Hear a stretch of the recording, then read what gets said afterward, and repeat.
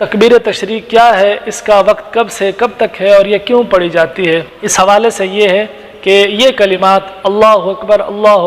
لا الہ الا اللہ واللہ اکبر اللہ اکبر وللہ الحمد، ان کو تکبیر تشریق کہتے ہیں، اور ان کا وقت 9 ذوالحجہ کی فجر سے 13 ذوالحجہ کی عصر تک ہر نماز فرض پنجگانہ کے بعد جو جماعت مستحبہ کے ساتھ ادا کی گئی ہو، 1 مرتبہ بآواز بلند کہنا واجب ہے اور 3 مرتبہ کہنا افضل ہے۔ اور اس کی اصل کے حوالے سے منقول ہے، یعنی یہ کیوں پڑھی جاتی ہے، تو اس حوالے سے منقول ہے کہ جب حضرت ابراہیم علیہ السلام نے اللہ تعالیٰ کے حکم سے حضرت اسماعیل علیہ السلام کو ذبح کرنے کے لیے زمین پر لٹایا،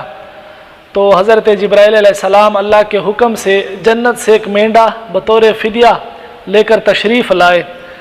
اور جب انہوں نے دیکھا کہ حضرت ابراہیم علیہ السلام اپنے بیٹے حضرت اسماعیل علیہ السلام کی گردن پر چھری چلانا چاہتے ہیں، تو ان کو روکنے کے لیے بآواز بلند آپ نے فرمایا اللہ اکبر اللہ اکبر۔ جب حضرت ابراہیم علیہ السلام نے یہ الفاظ سنے تو آپ نے آسمان کی طرف سر اٹھایا، اور آپ سمجھ گئے کہ اللہ تعالیٰ کی طرف سے جو امتحان کا وقت تھا وہ گزر گیا ہے اور بیٹے کی جگہ فدیہ بھیجا گیا ہے، تو آپ نے خوش ہو کر کہا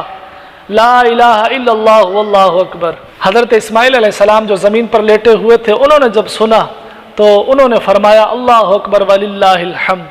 تو اس کے بعد ان نفوس قدسیہ کے ان الفاظ کی ادائیگی کی سنت قیامت تک جاری و ساری ہو گئی، اور یہی اس کی اصل ہے، اسی لیے یہ تکبیر تشریق